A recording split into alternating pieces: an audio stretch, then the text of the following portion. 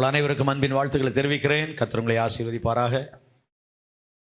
பகலெல்லாம் வேலைகளுக்கு சென்று களைத்து போய் சிலர் சாயந்தரம் வந்திருப்பீங்க. நாம் சோர்வாயிருக்கலாம், நம்முடைய ஆண்டவர் சோர்ந்து போவதில்லை.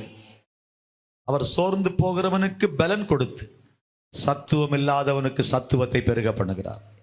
இளைஞரும் இளைப்படைந்து சோர்ந்து போவார்கள், வாலிபரும் இடறி விழுவார்கள். ஆனால் கர்த்தருக்கு காத்திருக்கிறவர்கள் புது பலன் அடைவார்கள். ஆமென். எவ்வளவு களைப்பு பலவீனம் என்று ஆண்டவர் சமூகத்தில் வந்தாலும் கர்த்தர் நம்மை பலப்படுத்துவார். கர்த்தருக்கு ஸ்தோத்திரம். கர்த்தருடைய பாதத்துக்கு வந்திருக்கிறோம். வசனத்தால் பலப்படுத்துவார். அவர் தமது வசனத்தை அனுப்பி அவர்களை குணமாக்கி அழிவுக்கு தப்பு வைக்கிறார். வசனம் வரும்போதே சுகம் வரும், வசனம் வரும்போதே விடுதலை வரும், வசனம் வரும்போதே ஒரு பலன் வரும். ஆமென். கேட்கலாமா? இந்த பூமியில ஆண்டவர் தான் நம்மை படைத்தார். படைத்தவர் ஒரு நோக்கத்தோடு படைத்தார். அந்த நோக்கத்தை அறிந்து நான் வாழ வேண்டும். அதுதான் இந்த நாட்களை கற்றுக்கொள்றது. A purpose driven life. God has got a plan and purpose in my life. I'm created by God. He is the creator. He has created me, and everything is created by him and for him, through him. கொலோசியர் 1:16 சகலமும் அவரை கொண்டும் அவருக்கென்றும் சிருஷ்டிக்கப்பட்டது. Everything by him and through him and for him. எல்லாமே அவரை கொண்டும் அவருக்கென்றும். இதான் நாம் அறிய வேண்டிய சத்தியம். அப்ப நானும் அவரால் படைக்கப்பட்டிருக்கிறேன், அவருக்கென்றுதான் படைக்கப்பட்டிருக்கிறேன். Why I am created by God?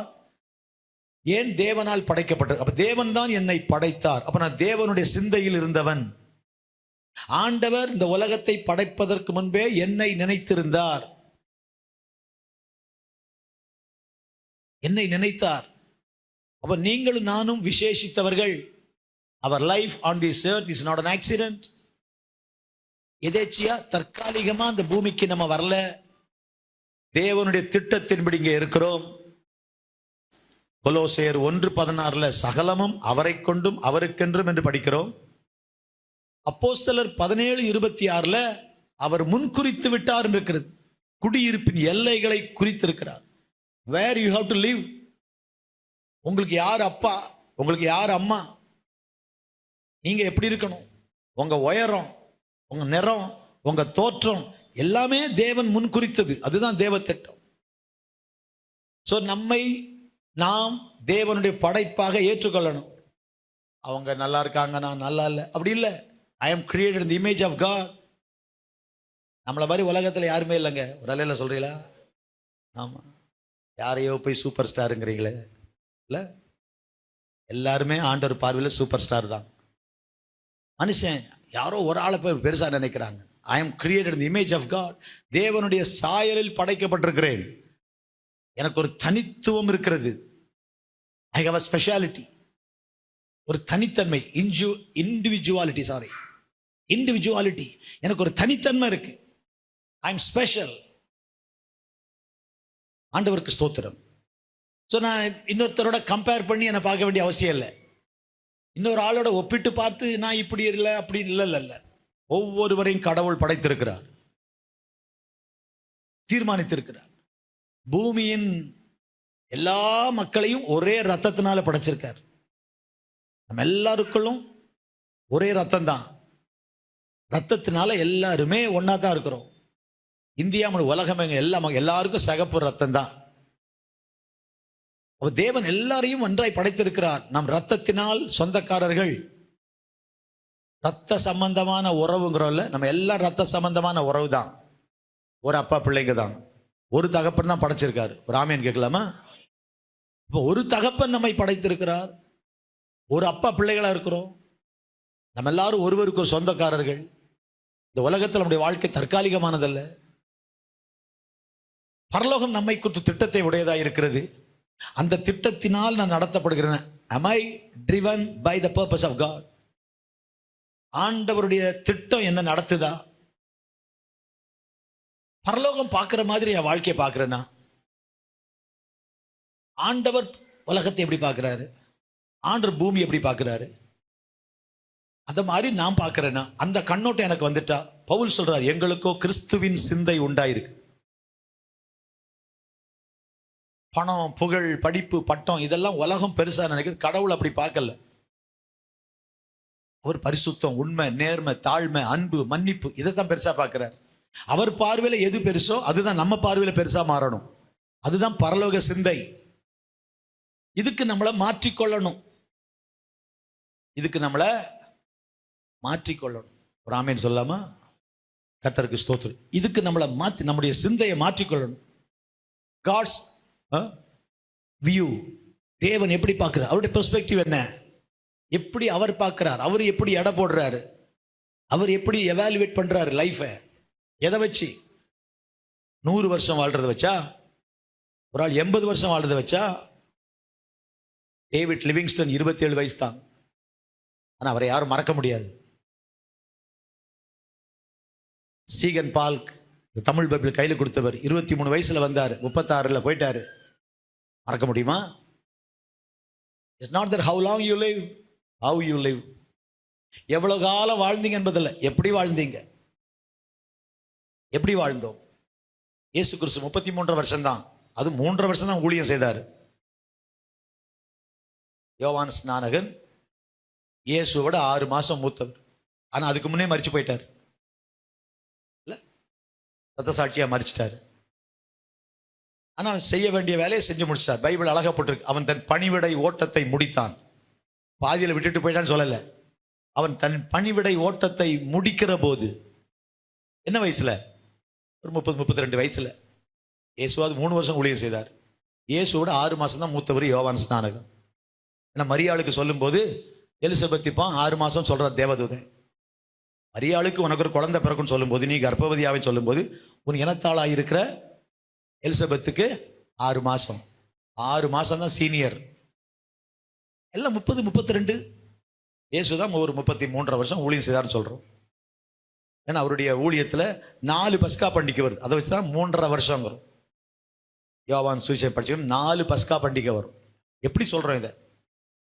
வருஷத்துக்கு ஒரு பஸ்கா பண்டிகை தான் வரும். 4 பஸ்கா பண்டிகையில் இயேசு இருக்கு, அதனால 3.5 வருஷம் சொல்றோம். 30 வயசுல தான் ஞானசாரம் எடுக்கிறேன். பட் அந்த நேரத்தில் வேலையை முடித்தார். என்னுடைய ஓட்டத்தை நான் செய்ய வேண்டும் என்று நீங்க முன் குறித்ததை செய்து முடித்தேன். இயேசுவுக்கு மட்டுமல்ல, நமக்கும் தேவன் ஒரு வேலையை வைத்திருக்கிறார். ஸோ நம்முடைய வாழ்க்கை இந்த உலகத்துல அந்த வேலையை செய்வதற்கு நாம ஆயத்தமாயிருக்கிறோமா? அந்த வேலை தேவன் நமக்கு கொடுத்திருக்கிற இந்த வாழ்க்கையை எப்படி உலகம் பார்க்குது, கடவுள் எப்படி பார்க்கிறாரு, அது ஒரு டெஸ்ட்னு சொன்னேன். ஒவ்வொரு நாளும் நம்ம காலையில் எழுந்ததுலேருந்து ராத்திரி கண்ணை மூட வரைக்கும் நம்ம சந்திக்கிற எல்லாமே ஒரு டெஸ்ட் தான். எப்படி பேசுகிறோம் அது ஒரு டெஸ்ட்டு, எப்படி ஒரு ஆளை பார்க்குறோம் அது ஒரு டெஸ்ட்டு, எப்படி பப்ளிக்கில் நடந்துக்கிறோம் அது ஒரு டெஸ்ட்டு, ஒரு ஷேர் ஆட்டோவில் ஏறுறோம் எப்படி அந்த ஆள்கிட்ட பேசுகிறோம் அது ஒரு டெஸ்ட்டு, ஒரு கடைக்கு போகிறோம் 100 ரூபாய் கொடுக்குறோம், அவர் 500 ரூபாய் கொடுத்தன்ட்டு மீதி 300 ரூபா கொடுக்குறாரு, அதை வாங்குறோமா கொடுக்குறோமா, எப்படி நடந்துக்கிறோம். சின்ன சின்ன ஒவ்வொரு விஷயமும் ஒரு டெஸ்ட் தான். இது ஆட்களுக்கு தெரியறதில்லை. அவன் ஏமாளின்னு நினைக்கிறோம். நான் 100 ரூபா தான் கொடுத்தேன், அவர் நான் 500 ரூபா கொடுத்தேன்ட்டு எனக்கு நினைச்சிட்டாரு. 400 ரூபா திருப்பி கொடுத்துட்டாரு, ஏமாளியா இருக்காரான் பாடுறா. நம்ம ஞானி மாதிரி. கடவுள் இதை பார்க்கிறார். எல்லாவற்றையும் கடவுள் பார்வையில் பார்த்தீர்களானால் இன்னும் வாழ்க்கை எவ்வளவோ நல்லா இருக்கும். கை வைத்து ஒரு அலையில சொல்லாம. ஸோ ஆண்டவர் பார்க்குற மாதிரி பார்க்க ஆரம்பிச்சிட்டோம்னா காரியங்களை, சிலதெல்லாம் என்னடா இதெல்லாம் பெருசா நினைச்சுக்கிட்டு இருக்கோம். ஒன்றும் இல்லப்பா, அவர் எதை பெருசுன்னு அதை மட்டும் பெருசா நினைப்போம்ப்பா. பரலோகம் போகும்போது ரொம்ப அதிர்ச்சி இருக்குமா சிலருக்கு. ஐயோ, மதிப்பே இல்லாத இந்த காரியங்களுக்கான இவ்வளவு நாள் பூலோகத்துல என் டைமை ஸ்பெண்ட் பண்ணேன்னு நினைப்போமா. பரலோகத்துல மதிப்பு இல்லாதது. பரலோகத்துல பணத்துக்கு மதிப்பு இல்லை, பரலோகத்துல பணத்துக்கு மதிப்பு இல்லை, பரலோகத்துல பொண்ணுக்கும். அங்க பொண்ணு எங்க இருக்கு? கரையில இருக்கு. பொன்னான பொற்தள வீதி, கோல்டன் ஸ்ட்ரீட். இப்போ பொண்ணுக்கு மதிப்பு இல்லை. அங்க எதுக்கு மதிப்பு? பரிசுத்தம் இல்லாமல் ஒருவனும் கர்த்தரை, தியாகத்துக்கு மதிப்பு, உண்மைக்கு மதிப்பு. அவரோடு கூட இருக்கிறவர்கள் எப்படி இருப்பார்கள்? அவங்க உண்மையுள்ளவர்களா இருப்பார். வெளிப்படுத்தின விசேஷம் ஒரு வசனம் படிக்கிறீங்களா? வெளிப்படுத்தல் 17-14. இவர்கள் ஆட்டுக்குட்டியானவருடனே யுத்தம் பண்ணுவார்கள். ஆட்டுக்குட்டியானவர் கர்த்தாதி கர்த்தரும் ராஜாதி ராஜாவுமா இருக்கிறபடியால் அவர்களை ஜெயிப்பார். அவரோடு கூட இருக்கிறவங்க படிங்க. அவரோடு கூட இருக்கிறவர்கள் படித்தவர்கள் போட்டிருக்கா, பெரிய பட்டதாரின்னு போட்டிருக்கா, எல்லாம் மாஸ்டர் டிகிரி இருக்கிறவங்க போட்டிருக்கா, அவரோட கோடீஸ்வரங்கன்னு போட்டிருக்கா, இல்லைன்னா பெரிய சொத்து லேண்ட்லார்டுன்னு போட்டிருக்கா. அவரோடு கூட இருக்கிறவர்கள் தேவனால் அழைக்கப்பட்டவர்களும் தெரிந்து கொள்ளப்பட்டவர்களும் உண்மையுள்ளவர்கள். அவரோட இருக்கிறவங்க உண்மையுள்ளவர்கள். இதுக்கு தான் பரலோகத்தில் மதிப்பு. அவங்க தான் ஆளுகை செய்வார்கள். ஆமேன் சொல்லாமா? கர்த்தருக்கு ஸ்தோத்திரம் உண்டாவதாக. அன்பு தேவ பிள்ளைகளே, அப்போ பரலோகம் பூலோகத்தை எப்படி பார்க்கிறது, பூலோக வாழ்க்கையை, இந்த 60 வருட வாழ்க்கை 50 வருட வாழ்க்கை எப்படி பார்க்கிறது பரலோகம், அதே போல நாம் பார்க்க பழக வேண்டும். ஆகவே மனிதன் குறுகிய காலத்துக்காக படைக்கப்பட்டவன் அல்ல. Man is created for eternity. நித்தியத்துக்காக படைக்கப்பட்டவன். நித்தியம் இந்த உலகத்தை எப்படி பார்க்குது? நேற்றைக்கு சொன்னேன், இந்த உலக வாழ்க்கைய கூடாரம்னு சொல்லுது. இந்த உலக வாழ்க்கை என்னது?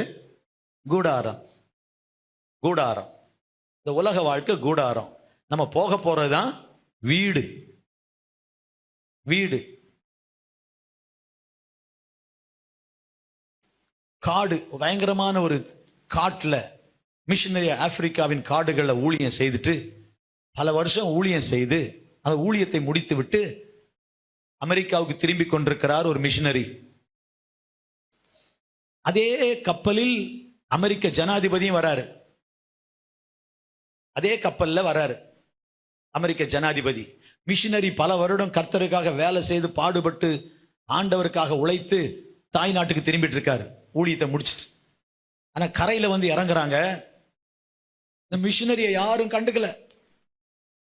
ஆனா பிரசிடென்ட்டுக்கு ரெட் கார்பெட், ராயல் ட்ரீட்மெண்ட், சிகப்பு கம்பளம் விரித்து மியூசிக் பேண்டு, வீணை நாதம் தொனித்திடும் நேரம் வரவேற்பு, பெரிய மியூசிக் வச்சு வரவேற்கும், பெரிய வரவேற்பு, பெரிய பலவிதமான தொடர்பு சாதனங்கள், அதுதான் வச்சு பயங்கரமா பிரசிடென்ட் வராருன்னு வரவேற்கிறான்.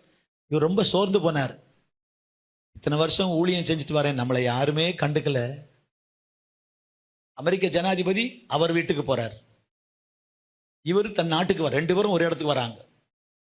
ரொம்ப சோர்ந்து போய், மனசுல சோர்ந்து போய் ஒரு மாதிரி அந்த கூட்டத்தை விட்டு ஒதுங்கி போய், என்ன ஆண்டவரே, இத்தனை வருஷம் ஊழியம் செஞ்சு வந்திருக்கேன், நானும் தாய் நாட்டுக்கு வந்திருக்கேன், அவருக்கு அவ்வளவு வரவேற்பு, நமக்கு ஒண்ணுமே இல்லையே அப்படின்னு ஆண்டவர் கேட்டாரு. மகனே, நீ இன்னும் வீட்டுக்கு வரலப்பா, நீ உன் வீட்டுக்கு வரல, உன் வீடு அங்க இருக்கு, அங்க நான் தான் வரவேற்பு கொடுப்பேன். கை தட்டலாமா? அதுதான் ஆறுதல். You have not reached your home. அவர் வீட்டுக்கு வந்திருக்காரு, நீ இன்னும் வீட்டுக்கு வரல. இந்த உலக வாழ்க்கை கூடாரம், இட்ஸ் a tent. ஆபிரகாம் கூடாரத்தில் இருந்தார், ஈசாக்கு கூடாரம், யாக்கோபு கூடாரம், சாராள் கூடாரம். Everybody lived in a tent.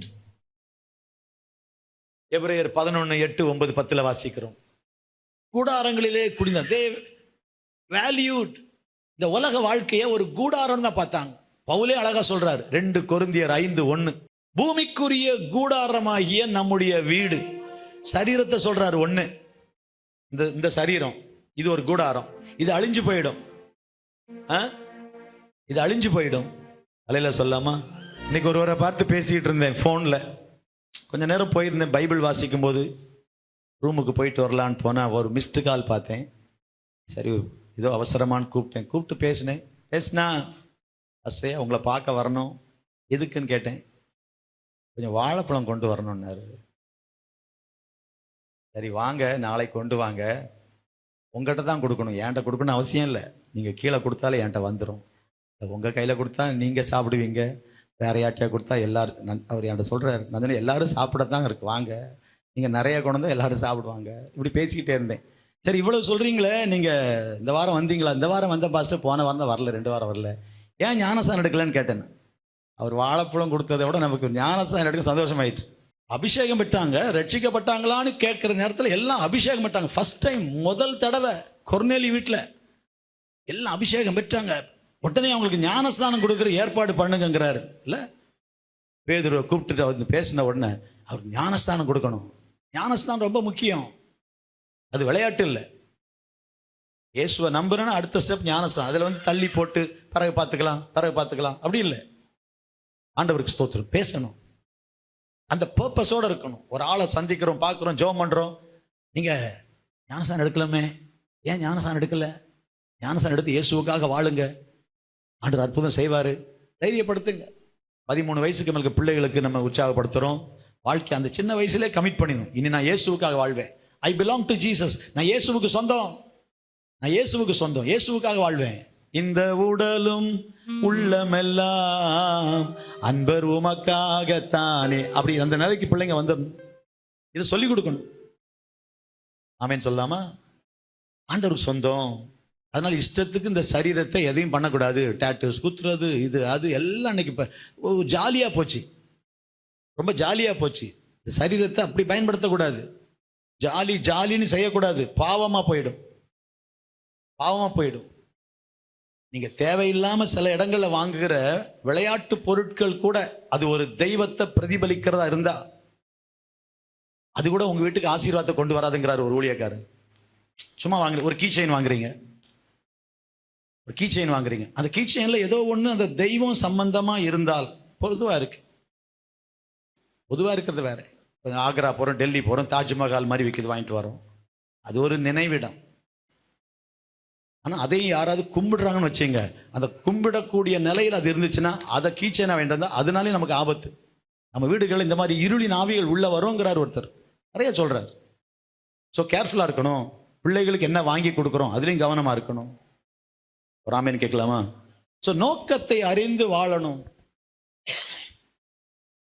தேவன் ஒரு நோக்கத்தை நம்ம மேலே வச்சிருக்காரு, அந்த நோக்கத்தோடு வாழணும்.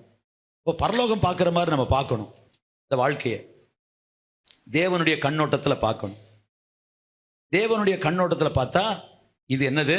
இந்த பூமியில் இது கூடாரம். நம்ம போறதான் வீடு. இந்த கூடாரத்திலிருந்து வீட்டில் எப்படி நடந்துக்கணும்னு என்ன பண்றோம்? ஒத்திகை பார்க்குறோம், ப்ராக்டிஸ். அங்கே எப்படி நடந்துக்கணும், புரியுதா? அங்கே எப்படி நடந்துக்கணும்னு இங்கே வந்து என்ன பண்ணுறோம்? ஒத்திகை. டிராமாவுக்கு முன்னால், மெயின் பிளேக்கு முன்னால் ஒரு ரிஹர்சல் நடக்கல. இந்த உலகத்தை வாழ்க்கை நமக்கு ஒரு ரிஹர்சல். அடுத்த வாழ்க்கைக்கு, நெக்ஸ்ட் லைஃபுக்கு, அடுத்த வாழ்க்கைக்கு தான் நம்ம போகிறோம். இந்த ஷார்ட் இது ரொம்ப குறுகின வாழ்க்கை. இது பிரம்மாண்ட வாழ்க்கை. நமக்கு இதுதான் பிரம்மாண்டமாக தெரியுது. அதான் நம்ம குறுகின மனம். நான் சொன்ன மாதிரி சின்ன பிள்ளைகிட்ட அந்த 10 ரூபா அந்த பிளாஸ்டிக் காரு, அந்த பொம்மை, நம்ம ஒரு பிள்ளைய கூட்டிகிட்டு போனால் இந்த பொம்மை விற்கிற ஆளை பற்றிலாம் நம்மளே சுற்றிட்டு வருவான். ஏன்? நம்ம வாங்காட்டால் இது அப்பா அவன் தெரியும் இந்த பிள்ளை வந்து எப்படி அதை வாங்கிடும். நம்ம சொல்ல வேணாவான்னு சொல்ல, நமக்கு அங்கே காரணம் அப்பா இந்த பிள்ளைக்கு இதுதான் பெருசாக தெரியும். அதை வாங்க வைக்கிறதுக்கு சுற்றிட்டே வருவான். கிருன்னு எதாவது பண்ணுறது, நம்ம கண்ணுக்கு முன்னால் மேலே விடுறது, கீழே பார்த்துருக்கீங்களா? அந்த பல இடங்கள்ல டக்குன்னு முன்னால் போய் வருது. நமக்கே ஆச்சரியமாக இருக்கும். நம்மளை வந்து அட்ராக்ட் பண்ணி நம்ம பிள்ளைங்க கண்டிப்பாக ஒன்றை வாங்க வச்சு, அதில் பிஸ்னஸ் டெக்னிக் பற்றியெல்லாம் சாத்தான் அப்படிதான். சின்ன அற்பமான விஷயத்தை பிரம்மாண்டமாக காட்டி நம்ம எட்டி பார்க்குற மாதிரி வச்சு நம்மளை இழுத்து நம்மளை அட்ராக்ட் பண்ணி மெயின் விஷயத்தை விட்டுற மாதிரி பண்ணிடுறோம். ஸோ பரலோகம் எப்படி பார்க்குது? அந்த கண்ணோட்டத்தில் பார்க்கணும். இது ஒரு கூடாரங்குது. இந்த கூடாரம் அதுதான் வீடு. நம்ம இன்னும் வீட்டுக்கு போகல, வீட்டுக்கு போகிறோம். வீடு அவர் தான் கட்டுறாரு. அல்லேலூயா. நமக்கு அவர் வீட்டை கட்டுறாரு. அல்லேலூயா சொல்லுங்க. ஆண்டவருக்கு ஸ்தோத்திரம். என் பிதாவின் வீட்டில் அநேக வாசஸ்தலங்கள் உண்டு, நான் போய் உங்களுக்காக ஒரு ஸ்தலத்தை ஆயத்தம் பண்ணுவேன். மெனி மேன்ஷன் அப்படிங்கிறான். மேன்ஷன், ஹவுஸ்ன்னு போடல. House, mansions. There are many mansions in my father's house. என் பிதாவின் வீட்டில் அநேக மேன்ஷன்னா பிரம்மாண்டமான பெரிய வீடுங்க. சும்மா ஏதோ போர்ஷன், ஒரு சைடில் போர்ஷன் மாதிரி இல்லை. பிரம்மாண்டமான தனி வீடு ஒன்று கடவுள் உங்களுக்கு எனக்கு ஒவ்வொருத்தருக்கும் வச்சிருக்கிறார். ஆமீன் சொல்லாமா? அங்கே போகிறதுக்கு நம்ம ஆயத்தமாக இருக்கும். அந்த கண்ணோட்டத்தில் பார்க்கணும். அப்போ அதுக்கு என்ன செய்யணும் அதை மட்டும் செய்யணும். அதுக்கு என்ன பண்ணணும் அதை மட்டும் பண்ணணும். அவசியமில்லாத காரியம் தலையிட்டு நம்ம நேரத்தை வீணாக்கிடக்கூடாது என்பதுதான் இந்த போதனையின் நோக்கம். இந்த டீச்சிங்கினுடைய நோக்கமே அதுதான். அப்போ ஒரு டெஸ்ட், ஒவ்வொரு நாளும் நம்ம நடந்துக்கிற விதம் ஒரு டெஸ்ட். அடுத்து நம்ம வாழ்க்கை ஒரு டெஸ்ட்னு சொன்னேன். எல்லாத்துலேயும் இது ஒரு, அப்போ நமக்கு ஒரு டெஸ்ட் தான். கவனமாக இருக்கணும், கவனமாக இருக்கணும், கவனமாக இருக்கணும், கவனமாக இருக்கணும். ஆண்டவருக்கு ஸ்தோத்திரம். அது மட்டும் இல்லை, அது ஒரு சொத்து மாதிரி. 5 தாலந்து 2 தாலந்து, வாழ்க்கை 5 தாலந்து 2 தாலந்து 1 தாலந்து. ஒரு முதலாளி கொடுத்துக்கிட்டு வெளியூர் போய் திரும்ப கணக்கு கேட்கிறாரு, என்ன பண்ண. அதே மாதிரி நமக்கு தேவன் கொடுத்திருக்கிற தாலந்துகள், வரங்கள், இந்த உலக வாழ்க்கை ஒரு சொத்து மாதிரி. ஹவு டு வி ஹேண்டில், நம்ம எப்படி ஹேண்டில் பண்ண போறோம்? பைபிள் ஒரு வசனம் இருக்கு, லூக்கா 16:11. அநீதியான இந்த உலக பொருள் ஒரு அற்பமா, இதுலயே நீ உண்மையா இல்லைன்னா உன்னை நம்பி யார் அதை கொடுப்பாங்க? அப்படின்னா இந்த உலகத்துல தேவன் நமக்கு தருகிற பொருள்களை எப்படி கையாளுகிறோம் நல்லா புரிஞ்சுங்க. ஒரு முக்கியமான சத்தியத்தை புரிஞ்சுக்கணும்.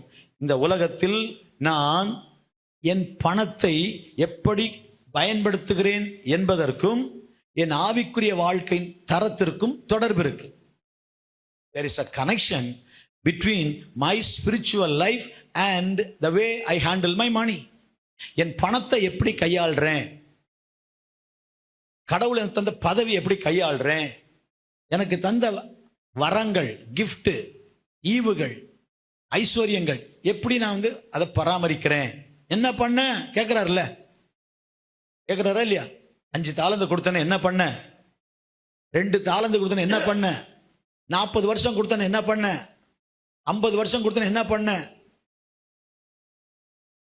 கேட்கிறாரா? கணக்கு கேட்கிறாரா? வாட் டிட் யூ டு, என்ன பண்ண? அப்ப அந்த கணக்குக்கு பதில் கொடுக்கணும். எப்படி செலவழிச்ச, எப்படி 40 வருஷத்தை, 60 வருஷத்தை, 70 வருஷத்தை, 80 வருஷத்தை. இதில் பார்க்குற பார்த்தா ரொம்ப குறைவா சொல்றீங்க பாஸ்டர். நோவா மாதிரி ஒரு 300-400 சொல்லுங்க பாஸ்டர். அதுக்கு வாய்ப்பு இல்லை பிரதர். அதுக்கு 100-200க்குலாம் வாய்ப்பே இல்லை பிரதர். இருந்தாலும் கஷ்டம்தான் பிரதர், பூமி தாங்காது பிரதர். ஒரு 100 வேணா போங்க, ஒரு செஞ்சுரி அடிச்சுட்டு போங்க, அல்லையில சொல்லாம. அதுக்கு மேலே போகலன்னா நமக்காக ஜெபம் பண்ணுவாங்களாம். ஒரு பாஸ் சொன்னார், தேவா உம் சித்தம் நிறைவேறட்டும் தேவா அப்படின்ட்டு. நம்ம போகணும்னு ஜெபம் பண்ணுவாங்களா? பாஸ் ராஜமணி தான் சொல்லுவார். நீங்க இப்போ இப்படி என்ன பண்ணீங்கன்னு கேட்பாரு. நல்லா புரிஞ்சுங்க. ஒரு பைபிள் ஸ்டடி இந்த நாட்டில் நீங்க வந்து உட்கார்ந்துட்டு ஒரு வசனம் சும்மா இதையோ கேட்டுட்டு போகல. What is the plan of God in my life? தேவ சித்தம் என்ன, என் வாழ்க்கையில கடவுள் சித்தம் என்ன? நான் தான் கடவுளால் படைக்கப்பட்டேன், கடவுளால தான் நான் படைக்கப்பட்டேன்னா, கடவுளுக்காகத்தான் படைக்கப்பட்டேன்னா, கடவுள் எதிர்பார்க்கிறத செய்யறேனா என்பதான் கேள்வி. அவர் எதிர்பார்க்கிற முறையில வாழ்றேன் என்பதான் கேள்வி. am I living according to his expectation? அவர் எதிர்பார்க்கிறத செய்யறேனா, அவர் பார்க்கிற மாதிரி பார்க்கிறேனா, அவருடைய கண்ணோட்டம் எனக்கு இருக்கா தெரியல. ஆனா இப்ப கத்துக்கிறோம், we are learning, தெரிந்து கொள்றோம். அவர் பார்வை மாதிரி நம்ம பார்க்கணும்.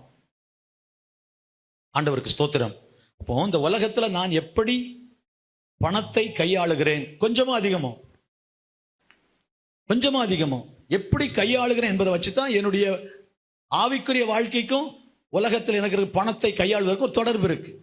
ஹவு டு ஐ ஹேண்டில், எப்படி நான் இருக்கிறேன்? ஊதாரியா இருக்கிறேனா, வீணா காரியம் செலவழிக்கிறேனா, அவசியம் இல்லாம வீணாக்கி கடன்காரன் ஆகிறேனா, தேவையில்லாத காரியத்தில் கவனத்தை செலுத்துறேனா, நிலைத்திருக்காத ரொம்ப நாள் அவசியம் இல்லாத பொருள் மேல கவனம் வச்சு அதுக்காக நான் ஆசைப்படுறேனா, தேவையில்லைங்கிறத நான் முக்கியமா நினைக்கிறேனா, எப்படி வாழ்றேன், என்ன செய்யறேன், இதுலெல்லாம் நம்ம கவனமா இருக்கணும்.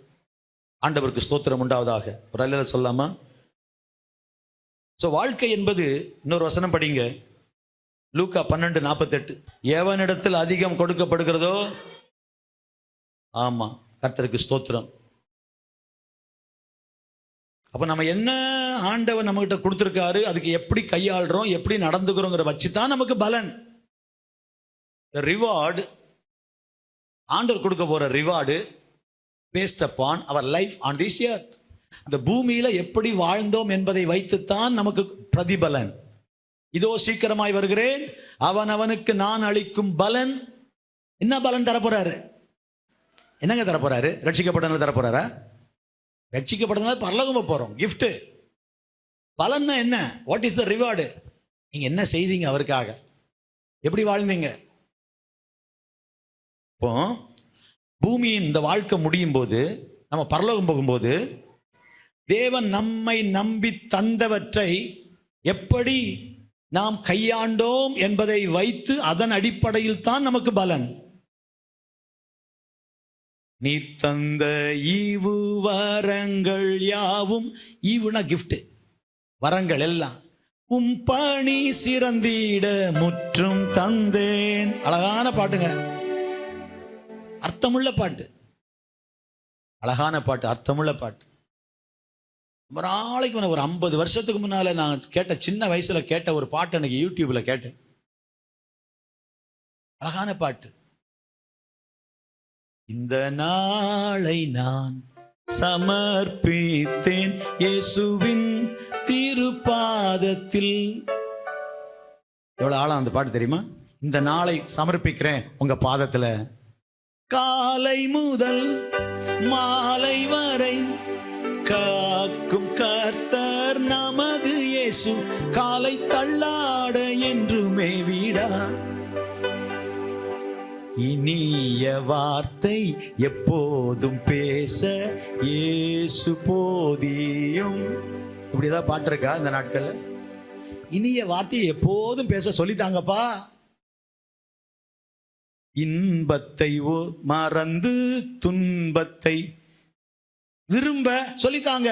பாட்டை பாருங்க, அந்த காலங்கள இன்பத்தை மறந்து, சுகபோக வாழ்க்கையை மறந்து, துன்பமா வரட்டும், பாடுகளா வரட்டும், சிலுவையா வரட்டும், பட்டணந்தோறும் உனக்கு அடி உத இருக்குன்னு சொல்றாரு பவுலுக்கு. பவுல் வருத்தப்படல, ஐயோ அந்த ஊருக்கு போயிடலாமா, அந்த ஊர்லயும் அடி உத தான், அப்ப இந்த ஊருக்கு போலாமா சொல்றாரு. பட்டணம் தோறும் உனக்கு கட்டுகளும் காவல்களும், எல்லா ஊர்லயும் அடி உத இருக்கு, போறேன்.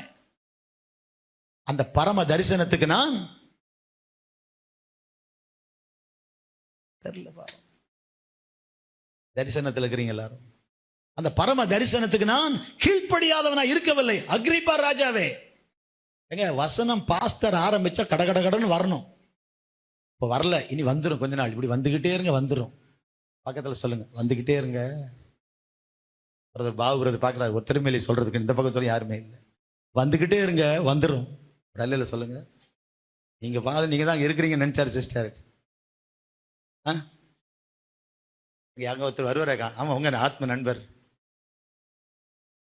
கவனிங்க, வந்துகிட்டே இருங்க, வந்துடும். என்ன வந்துடும்?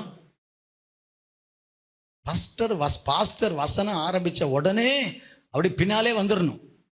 அப்ப அந்த அளவுக்கு நம்ம வசனம் தெரியாதவங்களா இருக்கிறோம். ஒரு ஆமேன் கேட்கலாமா?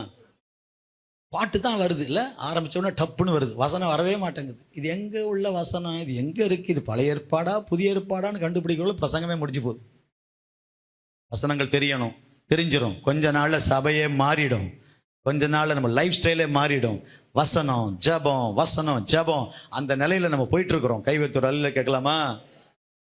இந்த நாள்ல நமக்கு இருக்கிற இந்த டெக்னாலஜி, போனு, யூடியூப், வாட்ஸ்அப் எல்லாமே தேவனுடைய வார்த்தையை கேட்பதற்கு தேவன் பயன்படுத்த கிருபை தரார். கைவத்தூர் அல்ல சொல்லுங்க. Make use of it, get the best out of it. அதுல இருந்து எவ்வளவு சிறப்பா எடுத்துக்க முடியுமோ எடுத்துக்குவோம், எவ்வளவு நல்லதை எடுத்துக்க முடியும் எடுத்துக்குவோம். கர்த்தருக்கு ஸ்தோத்திரம் உண்டாவதாக. இந்த பூமியில எப்படி வாழ்றோங்கிறத வச்சுதான் அங்க ரிவார்டு. என்ன அழகான பாட்டு, இனிய வார்த்தை எப்போதும் பேச எனக்கு சொல்லித்தாங்கப்பா. ஆழமான அர்த்தம் கொண்ட பாடல்கள், அந்த காலத்து பாடல்கள். என்னை நம்பி அவர் தந்த பொறுப்பதனை அவர் வரும் வரை, அதெல்லாம் சண்டே ஸ்கூல் பாட்டுமா நமக்கு தெரியும். மகிழ்வோம் மகிழ்வோம்ல, சிம்பிள் சாங். இயேசுராஜனும் சொந்தமாயினா, இந்த பார்தலத்தின் சொந்தக்காரர் அவர், எந்த நுள்ளத்தில் சொந்தமானா. இந்த பார்தலத்தின் சொந்தக்காரர் அவர், எந்த நுள்ளத்தில் சொந்தமானா. ஹல்லேலூயா. எந்த சூழ்நிலையும் அவர் அன்பினின்று என்னை பிரிக்க கூடாது. ஆழம், அந்த பாட்டுல இருக்கிற ஆழத்தை சொல்றேன். என்னை நம்பி அவர் தந்த பொறுப்பதனை அவர் வரும் வரை காத்துக் கொள்வேன். கைதடி பாடலாமா? என்னை நம்பி அவர் தந்த பொறுப்பதனை அவர் வரும் வரை காத்துக் கொள்வேன். ஆனந்தமே பரமானந்தமே, இது மாபெரும் பாக்கியமே.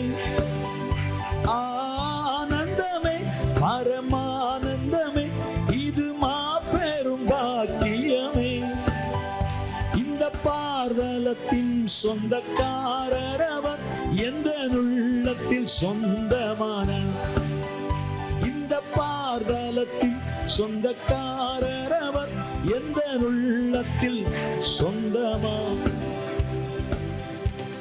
வாழ்க்கை என்பது ஒரு பரீட்சை.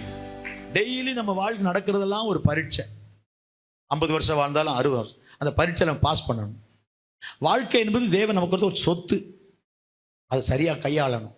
வாழ்க்கை என்பது தேவன் நமக்கு ஒரு தற்கால பணி. It's a temporary job. கொஞ்ச நாள் நீ வேலை செய்யன்னு கொடுத்துருக்க ஒரு சின்ன வேலை, ஒரு தற்காலிக பணி. அந்த பணியை நம்ம எப்படி செய்யறோம்? இதெல்லாம் கொஞ்ச காலம், எல்லாமே கொஞ்ச காலம்தான். கொஞ்ச காலம் அழகா இருக்கு. அந்த 2 கொரிந்தியர் 5ஆம் அதிகாரத்தில் அதை எடுங்க. 2 கொரிந்தியர் 5ஆம் அதிகாரம் படிங்க 1ஆம் வசனத்திலிருந்து. பூமிக்குரிய கூடாரமாகிய நம்முடைய வீடு, எதை சொல்றாரு பவுல்? நம்ம சரீரத்தை சொல்றாரு. நம்முடைய வீடு அழிந்து போனாலும் தேவனால் கட்டப்பட்ட கைவேலை இல்லாத அதுங்க, அது பேர் நித்திய வீடு. நித்திய வீடு நமக்கு உண்டென்று ஐநோ, எனக்கு தெரியுங்க. இந்த உடல் அழிஞ்சு போனாலும் இந்த பூமியில போயிட்ட எனக்கு ஒரு வீடு கர்த்தர் கட்டியிருக்காரு. அவர் கட்டுறாரு, கர்த்தர் கட்டுறாரு. எனக்கு ஆண்டவர் ஒரு வீட்டை கட்டுறாரு. ஒரு ஆமீன் கேட்கலாமா? அந்த கனவுலயே வாழுங்க. இந்த கனவுல எனக்கு ஒரு ஆண்டவர் வீட்டை கட்டுக்கிறார். ஆமேன். ஸோ சிந்தையெல்லாம் இந்த மாதிரி மேலே பார்த்து, பரலோகத்தை பார்த்து, பரலோக எண்ணம், இயேசு வரப்போறாரு, எனக்கு ஒரு வீட்டை கட்டுறாரு, ஒரு மேன்ஷன் வச்சிருக்காரு, ஒரு மாளிகை, ஒரு பிரம்மாண்டமா இருக்கு. அதெல்லாம் நீங்க நினைச்சீங்கன்னா பரவாயில்லைங்க, இங்க ஒரு வீடு இல்லைன்னா என்னங்க ஆயிர போகுது, கொஞ்ச நாள்ல போக போறேன். படிங்க அந்த வசனம் தொடர்ந்து. கைவேலை இல்லாத நித்திய வீடு பரலோகத்தில் நமக்கு உண்டு என்று அறிந்திருக்கிறோம். ஏனெனில் வந்துட்டு அடுத்த வார்த்தை, இந்த கூடாரம். இதுவும் ஒரு கூடாரம், உடலும் ஒரு கூடாரம். இந்த கூடாரத்துல நாம் தவிக்கிறோம். எதுக்கு? எப்பண்டா வீட்டுக்கு போலான்ட்டு. இந்த கொட்டகையை விட்டுட்டு எப்போ வீட்டுக்கு போலான்ட்டு, இந்த உலகத்தை விட்டுட்டு எப்போ அங்க போலான்ட்டு இல்ல. அதான் பவுல் சொல்றாருல, பிலிப்பியர் 1ஆம் அதிகாரம். இந்த வசனம் அப்படி வச்சுங்க, பின்னால வாங்க. பிலிப்பியர் 1ஆம் அதிகாரம் 23. ஏனெனில் இவ்விரண்டினாலும் நான் எந்த 2 காரியங்களால நெருக்கப்படுறேன். அதுக்கு முந்தின வசனம் படிச்சீங்கன்னா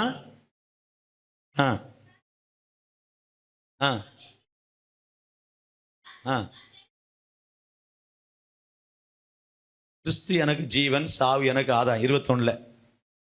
நான் இங்க இருந்து அங்க போயிட்டா எனக்கு பலன் இருக்கு, இங்க இருந்து வேலை செஞ்சாலும் எனக்கு பலன் இருக்கு. அதனால இங்க இருந்தா அவருக்கு லாபம், அங்க போனா எனக்கு லாபம். அங்க போனா எனக்கு லாபம். ஏன்? என் வேலையெல்லாம் முடிஞ்சிச்சு, ரிட்டையர் ஆகிறேன், செட்டில்மெண்ட். அல்ல சொல்றீங்களா? சொல்றோம்ல, ரிட்டையர் செட்டில்மெண்ட்.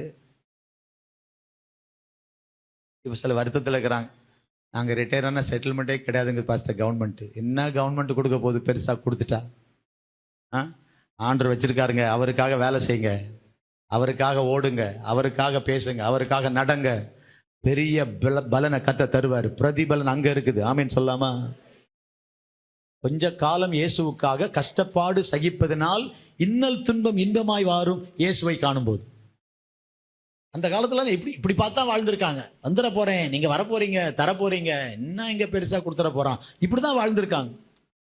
இதே கண்ணோட்டத்தெல்லாம் வாழ்ந்திருக்காங்க. கர்த்தருக்கு ஸ்தோத்திரம். அப்போ இந்த கூடாரத்தை பவுல் சொல்ல, இந்த 2 நாளையும் கஷ்டப்படுறேன். இங்க இருக்கணும்னு ஆசையா இருக்கு, அங்க போகணும்னு ஆசையா இருக்கு. இங்க இருக்கணும்னு ஆசை, அங்க போகணும்னு ஆசை, 2லையும் கஷ்டப்படுறேன். படிங்க இப்ப 23. அதனால எனக்கு எதை தெரிந்து கொள்ளணும்னு தெரியல, எதை செய்யணும் தெரியலங்கிறார் 22. 23 படி. ஏனெனில் இவ்விரண்டினாலும் நான் நெருக்கப்படுகிறேன், தேகத்தை விட்டு பிரிந்து எனக்கு ஆசை உண்டு, அது அதிக நன்மையாயிருக்கும். அப்படி இருந்தும் எனக்கு ரொம்ப நல்லாது. இந்த தேகத்தை விட்டு பிரிந்துன்னா என் உயிர் பிரிஞ்சு உடம்பங்க விட்டுட்டு என் உயிரோடு அங்கே போயிடலாம் நினைக்கிறேன். அது எனக்கு ரொம்ப நன்மையாயிருக்கும். ஆனாலும் நான் சரீரத்தில் இருக்க வேண்டியது உங்களுக்கு அவசியம். உங்களுக்காக என்னங்க வச்சிருக்காரு, அதுவும் நன்மையா இருக்கு. உங்களுக்காக வச்சிருக்காரு. பட் எனக்கு இதை விட்டுட்டு போறதுக்கு ஆசையா இருக்கு, ஏன்னா அங்கதான் எனக்கு பலன். ஆமென் சொல்லாமா? 1 பேதுரு அழகா சொல்றாரு. 1 பேதுரு 5ஆம் அதிகாரம் பேதுரு சொல்றாரு பாருங்க. 1 பேதுரு 5ஆம் அதிகாரம் படிங்க. வசனங்களை படிங்க, படிச்சு நல்லா தெரிஞ்சுக்க. நிறைய வசனங்கள். கர்த்தருக்கு ஸ்தோத்திரம். ஒன்னுலேருந்து படி, ரெண்டுலேருந்து படிக்கலாமா? ஒன்னுலேருந்து படிக்கலாம். ஒன்னுலேருந்து. உங்களில் உள்ள மூப்பருக்கு உடன் மூப்பனும் கிறிஸ்துவின் பாடுகளுக்கு சாட்சியும் மகிமைக்கு பங்காளி. மகிமைக்கு பங்காளி. இனி வரக்கூடிய மகிமை, இனி தர ரிவார்டு, இதுக்கு நான் பங்காளி. அல்லேலூயா. பங்காளியுமாய் இருக்கிற நான் சொல்லுகிறது என்னவென்றால், உங்களிடத்துள்ள ஊழியக்காரங்களுக்கு சொல்றாரு, உங்களிடத்துள்ள தேவனுடைய மந்தையை நீங்கள் மேய்த்து கட்டாயமாய் அல்ல, மனப்பூர்வமாயும் அவலட்சணமான ஆதாயத்திற்காக அல்ல, உற்சாக கட்டாயமா செஞ்சுதான் ஆகணும்னு செய்யாத. நீ உற்சாகமா செய். அவலட்சணமான ஆதாயத்துக்காக ஊழியம் செய்யாத. இது கிடைக்குமா, அது கிடைக்குமா, அது கிடைக்குமா, இது கிடைக்குமா, அந்த எண்ணத்தோட இல்ல. எப்படி? உற்சாக மனதோடும் சுதந்திரத்தை இருமாப்பாய். சர்வாதிகாரி மாதிரி நடத்தாத, அதான் அர்த்தம். சுதந்திரத்தை இருமாப்பாய் ஆளுகிறவர்களாய் அல்ல, மந்தைக்கு மாதிரிகளாக கண்காணிப்பு செய்யுங்கள். இப்படி செய்தால், அடுத்த வசனம், அப்படி செய்தால், 1 Peter chapter 5 verse 4, அப்படி செய்தால் பிரதான மேய்ப்பர் வெளிப்படும் போது உங்களுக்கு ஒரு ரிவார்டு இருக்கு. ரிவார்டு அதான் வாடாத கிரீடத்தை. இங்க பிரதான மேய்ப்பர்னு போட்டிருக்கு. எபிரேயர் 13:20 பெரிய மேய்ப்பர்னு போட்டிருக்கு. Hebrews 13:20 talks about great shepherd. 1 Peter chapter 5 verse 4 says chief shepherd, and John 10:11 says good shepherd, and Psalm 23 verse 1 David says my shepherd. My shepherd, God is my shepherd. 23:1 என் மேய்ப்பர். அந்த மேய்ப்பர் எப்படிப்பட்ட மேய்ப்பர்? யோவான் 10:11 நல்ல மேய்ப்பர். நல்ல மேய்ப்பர், ஜீவனை கொடுக்கிற மேய்ப்பர். He is a good shepherd. அந்த மேய்ப்பர் எபிரேயர் 13:20 என்ன போட்டிருக்கு? பெரிய மேய்ப்பர். ஏன்? எல்லா மேய்ப்பர்களும் செத்தாங்க, இந்த மேய்ப்பர் உயிரோட எழுந்தார். அதனால எல்லாரோட ஒரு பெரிய மேய்ப்பர். ஆமென் கேட்கலாமா?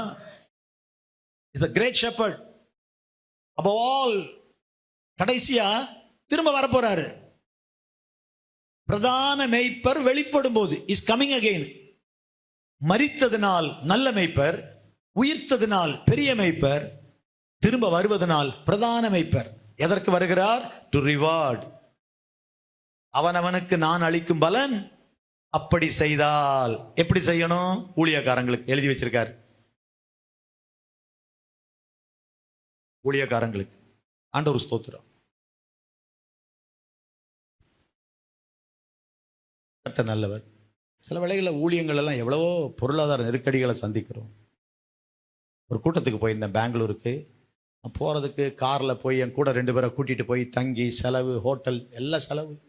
அங்கே ஒரு 10,000 ரூபா செலவு. எப்போ? ஒரு 20 வருஷத்துக்கு முன்னால். அப்போ 10,000 இப்போ ஒரு 1,00,000 ரூபாய், அவ்வளவு செலவு. அந்த ஊழியர் எனக்கு காணிக்க கொடுக்க முடியலை. என் கையில் 2,000 ரூபாய் கொடுத்தார். நான் தங்கியிருந்த ஹோட்டலில் கூட, ஹோட்டலுக்கு நானே பணம் கொடுத்தேன். அது வரைக்கும் சாப்பாடு வர சரியா இல்லை. நாங்கள் தங்கியிருந்த ஹோட்டல் இப்போ நாங்களே காசு கொடுத்தோம். பல செலவு. வரும்போது 2,000 ரூபாய் கொடுத்தாங்க, எனக்கு 10,000 ரூபாய் செலவு. மனசுக்கு கொஞ்சம் கஷ்டமாக தான் இருக்கு. அந்த நேரத்தில் காசு இல்லாத நேரம். நம்மளை 3 நாள் கூட்டத்துக்கு வந்து காலையில் கூட்டம், சாயந்தரம் கூட்டம் எல்லாம் சொல்லிட்டு ஒரு வழி செலவுக்கு நமக்கு செலவாகிற காசாவது கொடுக்கலான்னு நாங்கள் நினைக்கிறதா, நினைக்காமல். அந்த நேரமெல்லாம் ஆறுதல் ஒன்று தான், பரலோகத்தில் பலன் இருக்கு. கர்த்தருக்காக செய்கிறோம். இல்லைல்ல சொல்லுங்க, கர்த்தருக்காக செய்கிறோம். ஆனால் ரேட்டு பேசி போகிறவங்களாம் இன்னைக்கு இருக்காங்க. இவ்வளோ கொடுத்துடணும், இதெல்லாம் நாங்கள் சொல்ல வேண்டிய அவசியம் நினைக்கிறேன். சொல்கிறேன், ரேட்டு பேச. அன்னைக்கு ஒருத்தர் கூப்பிட்டு கேட்டு, வேறு என்ன எதிர்பார்க்குறீங்க, வேறு என்ன எதிர்பார்க்குறீங்கன்னு கேட்டார். வேறு என்ன எதிர்பார்க்குறேன்? ஒரு மீட்டிங் கூப்பிட்டுட்டு, வேறு என்ன எதிர்பார்க்குறீங்க? 2 மணி நேரம் எதிர்பார்க்குறேன்னு. 2 மணி நேரமா? அவர் ஏங்க 2,000 ரூபா பெட்ரோல் போட்டுட்டு என் டைம் எல்லாம் விட்டுட்டு, சபையை விட்டுட்டு, முக்கியமான வேலையை விட்டுட்டு உங்களுக்காக வரேன், உங்கள் சபைக்காக வருகிறேன், உங்கள் சபை மக்களை உயிர்ப்பிச்சு ஆசீர்வாதமாக இருக்கிறது வரேன். எனக்கு டைம் தானே கேட்குறேன், டைம் தானே கேட்குறேன். 2 மணி நேரம் என்கிட்ட கொடுங்க. பாடி என்னுடைய ஆராதனையெல்லாம் பார்த்துருக்கீங்களா? என் செய்தியெல்லாம் கேட்க. ஆமாம், நீங்கள் பாட்டெல்லாம் பாடி ப்ரெஷ்ஷிப். ஆமாம், ஒரு 1 மணி நேரம் நல்லா பாடி பிரசங்கம் பண்ணி 2 மணி நேரம் நடத்தி உண்மையாக முடிக்கிறேன். 7 மணிக்கு கொடுங்க, 9 மணிக்கு கொடுத்துட்றேன். 6:45 கொடுங்க, 8:45 கொடுத்துட்றேன். 7:15 கொடுத்தீங்கன்னா 9:15 கொடுக்குறேன். ஆனால் 8 மணிக்கு என்கிட்ட தராதிங்க. ஆட்கள் எல்லாம் சோர்ந்து போயிருக்குங்க. அவங்கள உயிர்ப்பிக்கிறதுக்குள்ள நான் சோர்ந்து போயிடுவேங்க. 8 மணிக்கு பிறகு சில ஆட்கள் கொடுப்பாங்க. எல்லாத்தையும் முடித்து சால்வை போட்டு கையை தட்டி இதை பண்ணி அதை பண்ணி நம்மகிட்ட கொடுப்பாங்க. எல்லாம் பாவம் வீட்டுக்கு போகலாமான் இருப்பான். அந்த நம்ம போராடணும். 7 மணிக்கெல்லாம் என்கிட்ட கொடுத்துருங்க. வேற என்ன வேற ஒன்றும் எதிர்பார்க்கல, வேற ஒன்றும் எதிர்பார்க்கல. காணிக்க தந்தா தாங்க, ஒன்று தராட்ட பரவாயில்ல, எனக்கு வருத்தமே கிடையாது. கர்த்தருடைய சாட்சியா சொல்றேன். கர்த்தர் எனக்கு ஊழியம் செய்ய ஒரு வாய்ப்பு தராரு. அதுக்காக தான் வரேன். ஏன் சொல்ல வரேன்னா, சில வேளைகள் எவ்வளோ கஷ்டங்கள் வரும், பண கஷ்டங்கள் வரும். இல்லை இவ்வளோ அவ்வளோ காசு கேட்குறாங்க, நீங்கள் எவ்வளோ கேட்குறீங்க, இப்படி பேசுனீங்கன்னா என்னோட டேட்டா கேட்காதீங்க, ஃபோனை கீழே வைங்க. பேசியெல்லாம் ஆட்கள் இவ்வளோ கொடுத்தணும் இவ்வளோ கொடுக்கணும். இன்னைக்கு ஊழியம் வந்து அழைப்பு அல்ல, பிழைப்பு. பிழைப்புன்னு ஆகி போச்சு. செலவழிக்கிற காசு கூட செலவழ வராது. என் கையில் இருக்கிற காசெல்லாம் கொடுத்துட்டு வந்திருக்கேன். சில ஊழியர்களை பார்த்து, கஷ்டப்படுறவங்களை பார்த்து, எங்கெங்கேயோ போகிறோம், இத்தனை பேரை பார்க்குறோம். பார்த்த உடனே இவங்க ஒரு கஷ்டப்படுறாங்க, ஏதாவது ஒன்று கொடுக்க தோணும். இல்லை ஒன்றுமே இருக்காது, கையில் ஒரு 100-200 ரூபாயோட வருவோம். ஆனால் அதெல்லாம் சந்தோஷம் இருக்குது. நம்ம இன்றைக்கி விதைக்கிறதுக்கெல்லாம் கர்த்தர் ஒரு பலன் தருவார். மியூசிக் வாசிக்கிறவங்க கூட இன்றைக்கெல்லாம் பேமெண்ட்டு தான். ஒரு பாஸ்டருடைய பையங்க 3 நாள் கூட்டம் நடத்துகிற அந்த கிரவுண்டில், ஹைவே எனக்கு எதிரில், 3 நாளுக்கும் சாயந்தரம் கூட்டத்துக்கு வாசிக்கிறதுக்கு நான் பணம் பே பண்ணுறேன்னு இருக்கேன். பாஸ்டருடைய பையன் கூட கூட்டம் ஆட்களை கூட்டு வந்திருக்கான். சண்டே மார்னிங் இருந்து ஹெல்ப் பண்ணு தம்பின்னு கேட்குறேன். 3 நாள் கூட்டத்துக்கு புக் பண்ணியிருக்கிறேன். ஞாயிற்றுக்கிழமை நைட்டு ரூம் இருக்குது, ஹோட்டல் இருக்குது ஹைவேயில், நீங்கள் இருந்து ஹெல்ப் பண்ணுங்க, கொஞ்சம் எக்ஸ்ட்ரா ஆகும். யாரு இதான் இன்னைக்கு இருக்க கிறிஸ்தவ உலகம். இன்னைக்கு இருக்கிற மியூசிக், இன்னைக்கு இருக்கிற கீபோர்டு பேடு வாசிக்கிற அத்தனை பேரும் இதான் இருக்காங்க. வருத்தத்தோட சொல்றேன். இதனால தான் தேவனுடைய கிரியைகள் இல்லை, பணம் வருது. எல்லாம் பேமெண்ட். யாராவது ஒரு பைசா காசு வாங்க வாசிக்க நினைக்கிறீங்களா? எல்லாம் பணம். கிட்டார் வாசிக்க கூப்பிட்டா பணம், கீபோர்டு வாசிக்க கூப்பிட்டா பணம், ஒரு டீம் வாங்கினா பணம், சிட்டிக்குள்ள ஒரு ரேட்டு, சிட்டிக்கு வெளியே ரேட்டு, டபுள் பேமெண்ட். ஐயோ பேசுறேன், எல்லாம் பேமெண்ட். ஊழியமாவே இல்லை, எல்லாம் காசு காசு காசு. சிலெல்லாம் கூப்பிட்டோம்னா பணம் எவ்வளவு தருவீங்கன்னு தான் கேட்குறாங்க. வேலையாள் கூலிக்கு பார்த்துட்டா இருக்கிறேன். நீ வேலை செஞ்சா கண்டிப்பாக கர்த்தர் கூலி தருவார். ஒரு இடத்துல தரான்னு இன்னொரு இடத்துல தருவார். அல்ல சொல்லுங்க. ஒரு இடத்துல கஷ்டம் வரலாம், அங்க நீ சந்தோஷமா இருக்கிறியான்னு கர்த்தர் பார்ப்பாரு. ஒரு குறைவா கொடுக்கும்போது பரவாயில்ல ஆண்டவரே இது போதும், என்ன இல்லைன்னா கூட என்ன கெட்டு போறோம் அப்படி எடுத்துக்கிறியா, அந்த மனநிலையை கர்த்தர் வர வைப்பாரு. இனி வரமாட்டேன், எனக்கு இவ்வளவுதான் காசு தர அப்படின்ட்டு எல்லாம் அப்படி பண்ணாம, அந்த அழகா போட்டிருக்குல்ல இந்த 1 பேதுரு 5:3 2:2 அவலட்சணமான ஆதாயம். அந்த ஆதாயத்துக்கு பேரு நல்ல ஆதாயம் இல்லை. என்ன ஆதாயம்? அவலட்சணமான ஆதாயம். ஊழியக்காரனே பைபிள்ல போட்டிருக்கு, அவன் பண ஆசை இல்லாதவனா இருக்கணும்.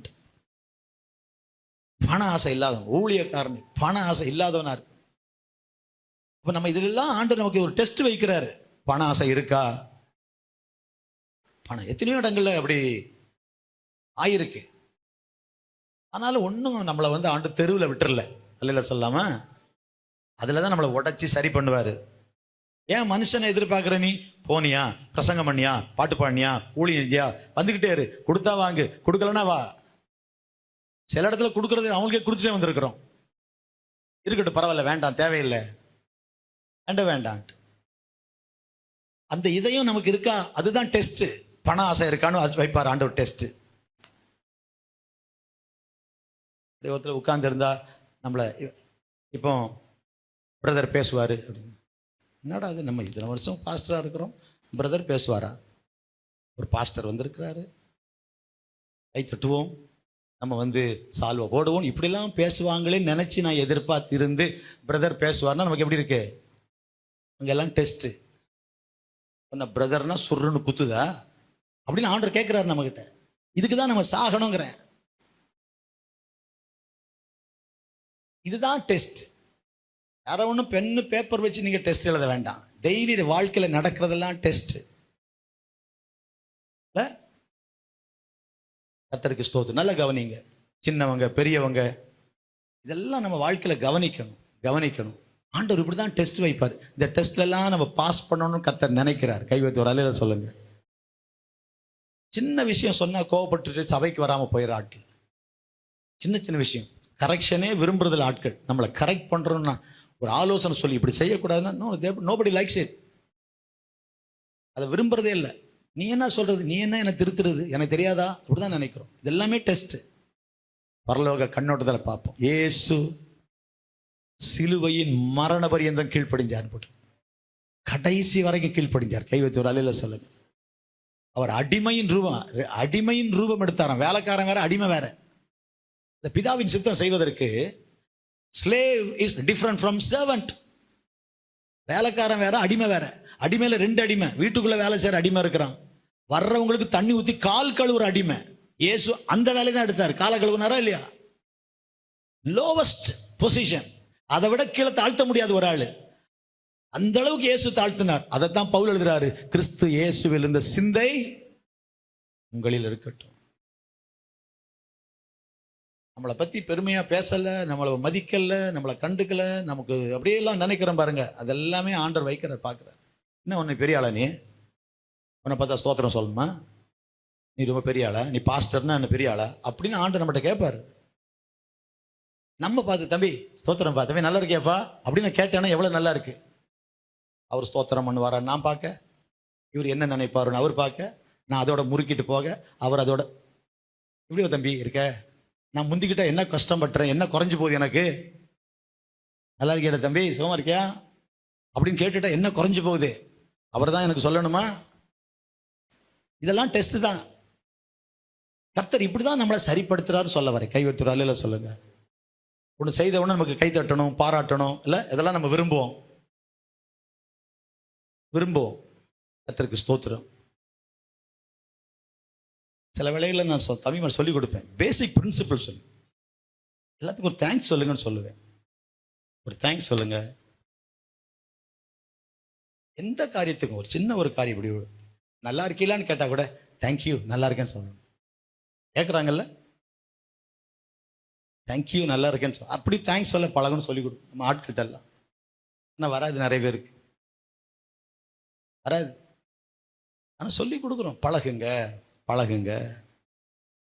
TWR வரைக்கும் உங்களை கூட்டிட்டு போனேனே வேன் வச்சு, ஒரு பாஸ்டர்ஸ் கான்ஃபரன்ஸ், ஒருத்தராவது ஒரு தேங்க்ஸ் சொன்னீங்களான்னு கேட்டேன். தேங்க்ஸ் சொல்றதுல நமக்கு ஒன்றும் கொம்பு வந்துடல, பட் நாம படிக்க வேண்டியதை படிக்கணும். பிறகு பார்த்தேன் என்னத்த தேங்க்ஸ் சொல்லி நமக்கு வாரிட்டு வந்துட போகுது. ஆனால் நீங்கள் படிக்கணும், அந்த பேசிக் பிரின்சிபலை படிக்கணும், நன்றி சொல்ல பழகணும்.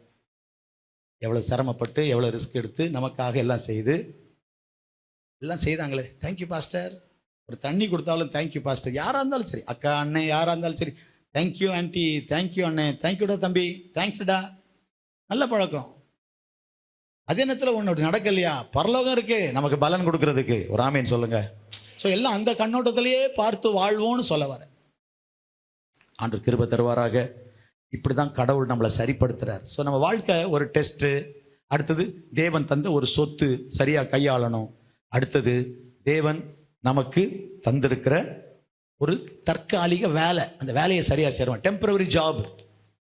50 வருஷம் 60 வருஷம் நமக்கு ஒரு வேலை, இது ஒரு சின்ன வேலை, ஒரு நிரந்தர வேலை இல்லை, ஒரு பெர்மனண்டான வேலை இல்லை, டெம்பரரி ஜாப்.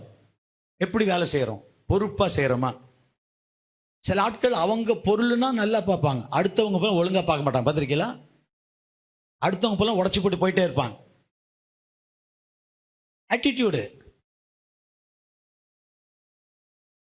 ஆட்டிடியூடு எல்லாமே டெஸ்ட்டு. நம்ம பொருள்லாம் பக்குவமா, இன்னொரு பொருள்லாம் உடஞ்சா என்ன, அது என்ன ஆனால் என்ன, இம்ப்ராப்பர் கேர்லெஸ் ஹேண்ட்லிங், இதெல்லாமா உண்மைதாங்க. இப்போ தேவன் நமக்கு தந்திருக்கிற ஒரு தற்காலிக வாழ்க்கையை சரியாக செய்கிறோமா, நல்ல வேலை செய்கிற மாதிரி செய்கிறோமா? தன் வேலையில் ஜாக்கிரதையா இருக்கிறவனை நீ கண்டாயானால் அவன் நீசருக்கு முன்பாக நில்லாமல் சின்ன விஷயத்தை கூட சரியா செய்யணும். அதுதான் நம்ம தம்பி மாதிரி இருக்கிற எல்லாருக்கும் சொல்லிக் கொடுக்குறது. நம்ம கூட யார் சேர்ந்தாலும் டூ எவ்ரிதிங் பெர்ஃபெக்ட்லி.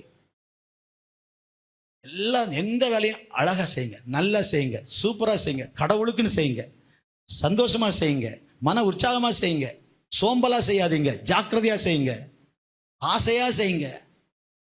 தண்ணீரை நிரப்புங்கள், அவர்கள் அவைகளை நிறைய நிரப்பினார்கள். சூப்பர் சர்வெண்ட்டுங்க. தண்ணீரை நிரப்புங்கள். 3/4 குடம் ஊத்திட்டு போயிருக்கலாம். ஒவ்வொன்று 2, 3 குடம் தண்ணீர் கொள்ளத்தக்க கச்சாடிகள். தண்ணீரை நிரப்புங்கள். 2, 3 குடம் கொள்ளத்தக்கதாக. எத்தனை கச்சாடி இருந்துச்சு? 6 கச்சாடி. தண்ணியை ஊத்துங்கிறான். அறகுறையா செஞ்சுட்டு போவாங்க. பார்த்துருக்கீங்களா? அறகுறையா செஞ்சுட்டு போவாங்க. அவர்கள் அவைகளை நிறைய நிரப்பினார்கள். அப்பா எப்படி எதிர்பார்ப்பாரோ அப்படி செய்யணும். ஆண்டவர் எப்படி எதிர்பார்க்க, எந்த வேலையும் do perfectly, do it as it is unto the Lord. எந்த வேலையும் ஆண்டவருக்காக செய்யறேன்னு செய்யுங்க. இது கர்த்தருக்கு செய்தா எப்படி செய்வேன்? எபேசியர்ல அப்படிதான் இருக்குது. நீங்கள் எதை செய்தாலும் மனுஷர்களுக்கு என்று செய்யாமல் கர்த்தருக்கென்று மனப்பூர்வமாய் செய்யுங்கள். ஆண்டவர் எதிர்பார்த்தா எப்படி செய்வோம்? அவருக்குன்னு செஞ்சா எப்படி செய்வேன்? அந்த கண்ணோட்டத்தில் ஒவ்வொரு நாளும் யாருக்கு செய்தாலும் சரி, உங்க ஆபீஸ்ல செய்தாலும் சரி, உங்க கம்பெனியில செய்தாலும் சரி, நமக்கு ஒரு ஆள் பிடிக்கும், ஒரு ஆளை நேசிக்கிறோம்னா அவங்க மனசு வருத்தப்படாம இருக்கணும்னு நினைக்கிறோம். பார்த்தீங்களா? அவங்க வருத்தப்படக்கூடாதுன்னு நினைக்கிறோம். பார்த்தீங்களா? அந்த இதயம் எல்லாருக்கும் இருக்கணுங்க. ஆண்டவர் ஒரு நாள் எந்த விஷயத்தில் வருத்தப்பட்டு, சில வேலையெல்லாம் அந்த ஆட்கள்கிட்ட ஏன்டா சொல்றோம், என்ன சொன்னாலும் சில ஆள் செய்ய மாட்டாங்க. எந்த காரியமும் சில வேலைகளில் சொன்னா செய்யவே மாட்டாங்க. கஷ்டமா இருக்கும். இனி சொல்லவே வேணான்னு தோணும், நம்மளே செஞ்சுக்கலான்னு தோணும். சில ஆட்களுக்கு கற்றுக்கொள்ள ஆசையே இருக்காது. They don't have the learning spirit. கற்றுக்கொள்ளணும், இம்ப்ரூவ் ஆகணும், நான் இன்னும் நல்ல ஆளாக மாறணும், பெட்டராக மாறணும், என் பேச்சு பெட்டர் ஆகணும், என் ஆட்டிடியூட் பெட்டராக மாறணும். தேங்க்ஸ் அப்படிங்கிறது வேற, தேங்க்யூ பிரதர்னு வேற. பிரதர் பாபு பிரதர் கொண்டு ஒரு தேங்க்ஸ் மொட்டையா போடுறது வேற. அது தேங்க்ஸ் தான். தேங்க்யூ பிரதர்னு போட்டேன்னு வைங்களேன், அதுல ஒரு வேல்யூ இருக்கு. தேங்க்யூ டியர் பிரதர்னு போட்டேன்னு வச்சுங்களேன், அது இன்னும் வேல்யூ. நான் எப்படி பேசுறேன்? ஒரு பாஸ்டர் எழுதுனா டியர் பாஸ்டர்னு போடுவார். பாஸ்டர்னு போட்டா போதாத மொட்டையா? அப்போ எந்த அளவுக்கு நம்ம மேல ஒரு மதிப்பு வச்சிருக்காங்க. நான் பேசுற புரியுதா? எதாவது இருக்கீங்களா? கவனிக்கிறீங்களா? லைஃப் விஷயம் பேசுறேன். லைஃப் தேங்க்ஸ் தானே? தேங்க்ஸ், அது ஒரு தேங்க்ஸா? இல்ல, டியர் பாஸ்டர், டியர் பிரதர். யோசித்து பாரு. அப்போ இதெல்லாம் நம்முடைய ஆட்டிடியூடு, நம்முடைய சுவாபம், நம்முடைய குணம். இதிலெல்லாம் ஆண்டவர் எப்படி இருக்கிறோன்னு கர்த்தர் பார்க்குறேன். இதெல்லாம் வச்சு தாங்க பரலோகத்தில் பலன். நல்ல ஆளாக வாழுங்க, நல்ல ஆளாக வாழுங்க, நல்ல கேரக்டரோட வாழுங்க. முரட்டாட்டம் வேண்டாம், கோபம் வேண்டாம். ஒன்றும் பெருமைப்பட்டு சாதிக்க போகிறது இல்லை. முரண்டு பிடிச்சி நான் பெரிய ஆள்னு காட்டி ஒன்றும் சாதிக்க போகிறது இல்லை. பரலோகம் நம்மளை பெரிய ஆள்னு சொன்னால் போதும். சாந்த குணம் உள்ளவங்க தான் பெரிய ஆள். அமைதி தான் அங்கே பெருசு, அன்பு தான் அங்கே பெருசு, பணம் இங்கே பெருசு. அங்கே ஆவியில் எளிமை உள்ளவர்கள் பரலோக ராஜ்யம் அவர்களுடையது. பரலோக பார்வையில் வாழ்க்கையை பார்ப்போம். கர்த்தருக்கு ஸ்தோத்திரம். அந்த கிருபையை தேவன் தருவாராக. தொடர்ந்து வாங்க. நம்ம எல்லாரும் கேட்ட அந்த சத்தியங்கள் ரொம்ப நல்லது. ஸோ வாழ்க்கை என்பது தேவன் நமக்கு கொடுத்திருக்கிற ஒரு தற்கால வேலை, temporary job. How did you? எஜமான் திராட்சை தோட்டத்தில் போய் வேலை செய்யுங்கிறார். ஒருத்தன் சொல்றாரு, டே போய் வேலை செய்யடா. அவன் போறேன்னு சொன்னான், போகல. ஒருத்தன் போக மாட்டேன்னா போனான். இதெல்லாம் ஆட்டிடியூடு தான். மத்தேயு சுவிசேஷம் 20ஆம் அதிகாரத்து மேலே படிச்சீங்கன்னா எல்லாம் சுவாபங்கள், சுவாபங்கள். கர்த்தர் நமக்கு நல்ல கிருபை தருவாராக. ஒரு ஆமேன் கேட்கலாமா? ஸோ வாழ்க்கையில் நாம தேவனுடைய பார்வையில் நல்லா புரிஞ்சுங்க. உடனே ஒன்று சொல்லி முடிக்கிறேன். ஆண்டவர் பார்வையில் பணம், படிப்பு, செழிப்பு, வீடு, காரு இது இருக்கிறவங்க தான் விசுவாச வீரர்கள்னு ஆண்டவர் சொல்லலை. பவுலுடைய வாழ்க்கையை மட்டும் படிச்சு முடிச்சிடலாமா? பணம் இருக்கிறவங்க தான் விசுவாச வீரர்கள், வீடு இருக்கிறவங்க தான் விசுவாச வீரர்கள் அப்படின்னு சொல்லல.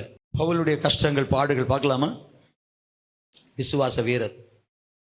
2 கொரிந்தியர் 11ஆம் அதிகாரம், 2 Corinthians chapter 11 23ஆம் வசனத்திலிருந்து பாருங்க. பைபிள் 23. அவர்கள் கிறிஸ்துவின் சொல்றாரு. அவங்க ஊழியக்காரரா? நானும் ஊழியக்காரன் தான்ப்பா.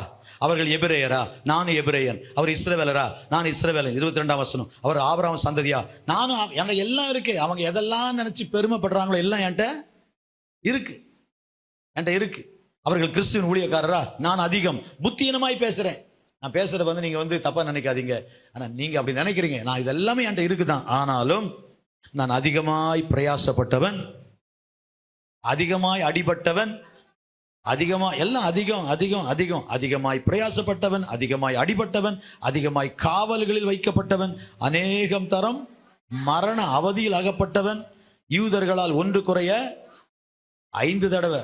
அப்படின்னா 39 அடிச்சு நிறுத்துவாங்க, 40 அடிக்க மாட்டாங்க, திரும்ப ஸ்டார்ட் பண்ணுவாங்க.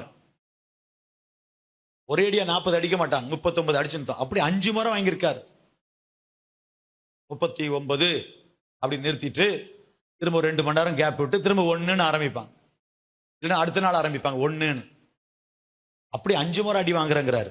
வேற மிலாறுகளால் அடிபட்டேன், 1 தரம் 3 தரம் கப்பல் சேதத்தில் இருந்தேன், கடலிலே அநேகம் தரம் பிரயாணம் பண்ணினேன், ஆறுகளால் எத்தனை மோசம் சொல்றாரு பாருங்க. அந்த 26 வசனத்துல, ஒரே வசனத்துல எத்தனை மோசம். ஆறுகளால், கள்ளரால் திருடிட்டு போயிட்டான் இருந்த பொருளை, கள்ளரால் வந்த மோசம். 3வது சுய ஜனங்களால், போன இடங்களெல்லாம் பவுலுக்கு பிரச்சனை கொடுத்தது யாரு? யூதர்கள்.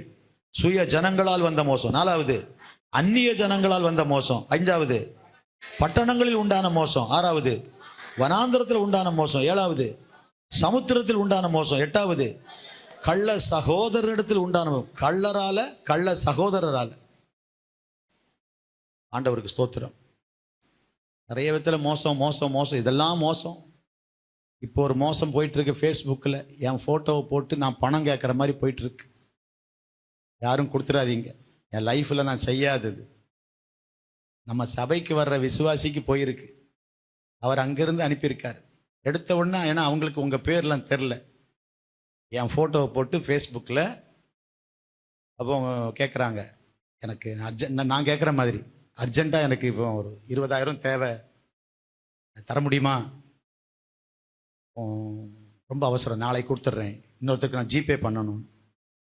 அவ்வளவு இல்லை பாஸ்டர். அவர் பாஸ்டர், ஏன்னா என் படம் தானே வருது அதில். இல்லை பாஸ்டர், அப்போ உங்கள் அக்கௌண்ட்டில் எவ்வளோ பணம் இருக்குது நான் கேட்குறேன். அவ்வளோ இருக்காது, எனக்கு 15,000 தர முடியுமா? ஒரு பக்கம், இந்த பக்கம் தம்பி எங்கேயோ பெங்களூரில் இருக்கார், நம்ம பிரதர் அருள்மணி, அவருடைய பையன், அவருக்கு அனுப்ப, அவங்க அப்பாவுக்கு அனுப்பி, இப்படி பாஸ்டர் கேட்குற மாதிரி வந்திருக்கு. பாஸ்டர் கேட்க மாட்டார், ஏதோ பாஸ்டருடைய பேரில் போலியா கள்ளத்தனம், இது ரொம்ப நாளாக நடந்துட்டு இருக்கு. நம்ம பேரில் நடக்கும்னு தெரியல, நம்ம பேர்லேயே ஆரம்பிச்சது. அதை சரி பண்ணி என்ன பண்ண, பாஸ்டர் பார்த்துக்குங்க, யாராவது ஏமாந்து போய் பணம் கொடுத்துட போகிறாங்கன்னு சொல்லிட்டு இருக்கிறாரு. கோயம்புத்தூர்லேருந்து ஒருத்தர் கூப்பிட்டா, தெரிஞ்ச ஒரு தம்பி, நம்ம மேலே அன்பு வச்சிருக்கிறவர். ஃபர்ஸ்ட் ஐயா உங்களுடைய ஏதோ ஃபேக் ஐடி போட்டு நீங்கள் பணம் கேட்குற மாதிரி ஒரு போயிட்டுருக்கு, பார்த்துங்க தம்பி. அப்போ என்ன செய்யணும்னு கேட்டேன் அவர்கிட்ட, ராத்திரி 11:15 மணிக்கு.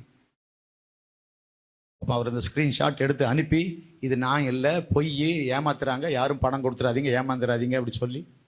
அப்புறம் சுரேஷ்கிட்ட கேட்டேன், சுரேஷ் இப்படி போயிட்டுருக்கு, அவரும் இப்படி போட்டுருங்க, மெசேஜ் ஒன்று போட்டுருங்க, யாரும் நம்பி கொடுத்துடாதீங்க. இது ஒரு 15 வருஷத்துக்கு முன்னாலேயே ஒரு பெரிய பாஸ்டர் தமிழ்நாட்டில், அவர் நான் லண்டனில் மாட்டிக்கிட்டேன், எனக்கு பணம் இல்லை கொடுங்கன்னு எனக்கு வந்துச்சு. அவர் எவ்வளோ பெரிய பாஸ்டர், இவர் போய் பணம் கேட்பாரான்னு நினச்சி நான் அனுப்பலை, அனுப்புகிற அளவுக்கு இல்லை. அது ஃபர்ஸ்ட் பாயிண்ட்டு. இது எப்படி நடக்குது? அதனால் நீங்கள் தெரிஞ்சவங்களுக்கெல்லாம் சொல்லுங்கள், நம்ம யார்கிட்டையும் அப்படி கேட்டதில்லை, அது நம்ம ரத்தத்தில் இல்லாத ஒன்று. ஸோ இப்படி நம்ம பணம் கேட்குறோம், அவசரம்னு கேட்குறோன்னு சொல்லி ஆட்கள் யாரோ நம்பி அப்படியோ சொன்னாங்க. ஒரு அதை நம்ம இப்போ பேசுகிற கூட கேட்டுட்டுருக்கலாம். அந்த ஆத்மா அல்லையில் சொல்கிறாம, இந்த ஃபேஸ்புக்கு, யூடியூப் இதெல்லாம் உள்ளே போகிறோம் பாருங்கள். நம்ம ஏதாவது பேசுகிறோம், நம்ம படத்தை போட்டு நம்மளை மாதிரி எல்லாம் சிக்கல் தான், ஆப்பு தான். அந்த மாதிரி ஆப்பு மொத்தமாக ஆப்பு தான். எல்லாம் ஆஃப் பண்ணிடலாமா? யூடியூப், ஃபேஸ்புக் அவ்வளோத்தையும் ஆஃப் பண்ணிவிட்டு ஒழுங்காக பைபிள் படித்து வர்றது பரலோகத்துக்கு வந்து சேரட்டுன்னு விட்டுடலாமான்னு தோணுது. இது மாதிரி போயிட்டுருக்கு. நமக்கு நண்பர்கள் பல இடங்கள் இருக்காங்க. ஸோ நான் உங்களுக்கு சொல்கிறேன், எங்கேயுமே நம்ம அப்படி கேட்டதில்லை, நம்ம அப்படி அப்படிப்பட்ட ஆள் இல்லை, கேட்டதில்லை.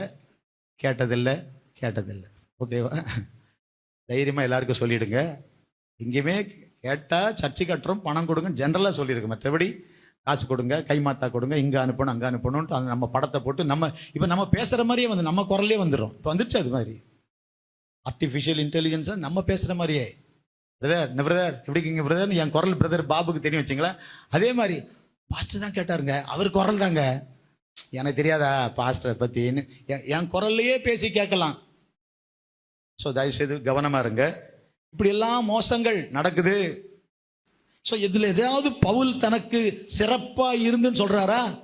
எல்லாம் பாடுகள் பாடுகள் பாடுகள் பாடுகள் பாடுகள், இவ்வளவு பாடுகள். அவரை மாதிரி ஊழியம் செய்த ஆளும் இல்லை, அவரை மாதிரி பாடுபட்ட ஆளும் இல்லை, அதை பத்தி வருத்தப்படல. அவர் என்ன சொல்றாரு? பிரயாசத்திலும் வருத்தத்திலும் அநேக கண் விழிப்புகளிலும் பசியிலும் தாகத்திலும் அநேக முறை உபவாசங்களிலும் குளிரிலும்.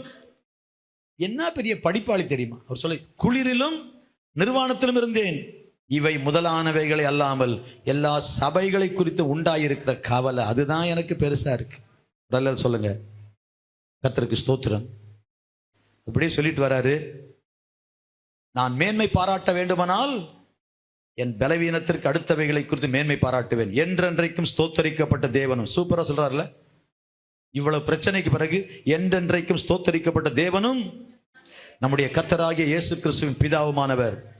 நான் போய் சொல்லல, இவ்வளவு பிரச்சனைகள் இருந்தாலும் நான் கர்த்தருக்குள்ளதான் இருக்கிறேன், எதுவும் என்னை அசைக்காது. நான் படுகிற பிரயாசத்துக்கு அவர் பலன் தருவாரு. அதனால பூமிக்குரிய பலனை எதிர்பார்த்து வாழல, எனக்கு கொடுத்த வேலையை நான் கரெக்டா செய்து முடிச்சிடுறேன். அழகா முடிச்சார். 2 தீமோத்தேயு 4:7 எல்லாருக்கும் தெரிஞ்ச வசனம். நல்ல போராட்டத்தை எளிமையான வாசித்தலாமா? Please stand. 2 தீமோத்தேயு 4:7 நல்ல போராட்டத்தை போராடினேன், ஓட்டத்தை முடித்தேன், விசுவாசத்தை. எனக்கு கொடுத்த ஓட்டத்தை முடிச்சிட்டேங்க. அதனால வாழ்க்கை என்பது ஒரு ஓட்டம், அது முடியும். வாழ்க்கை என்பது ஒரு கனவு மாதிரி, அது முடியும். வாழ்க்கை என்பது ஒரு புகை, அது கொஞ்ச நேரத்தில் மறையும். ஸோ இந்த உலகத்தில் நமக்கு ஒரு வேலையை ஆண்டவர் வச்சிருக்காரு. அந்த வேலையை நம்ம எங்க செய்தாலும் எப்படி செய்தாலும் அவருக்குன்னு செய்யறோம். நம்ம எதை செய்தாலும் அவருக்கென்று செய்வோம். அவர் தான் பலன் கொடுக்கிறவர், உங்களை உயர்த்துறவர் அவர் தான், உங்களை ஆசீர்வதிக்கிறவர் அவர் தான். ஒரு நன்மை வராம தடைப்படுதுன்னா அவர் தான். அவருக்கு தெரியாம ஒண்ணுமே இல்லை. ஆமேன்னு சொல்லாமா? உன்னை தடுக்கிறதும் அவர் தான், உன்னை கொடுக்கிறதும் அவர் தான். ஆண்டவர் நல்லவர். உங்களுக்கு ப்ரமோஷன் கம்பெனியில போடலைன்னா கம்பெனி மேல வருத்தப்படாதீங்க, ஆண்டவர் தான் தடுத்து நிறுத்தி வச்சிருக்காரு நினைங்க. அப்படி நினைச்சுக்கங்க, அப்ப கம்பெனி முதலாளி மேல வருத்தப்பட மாட்டீங்க.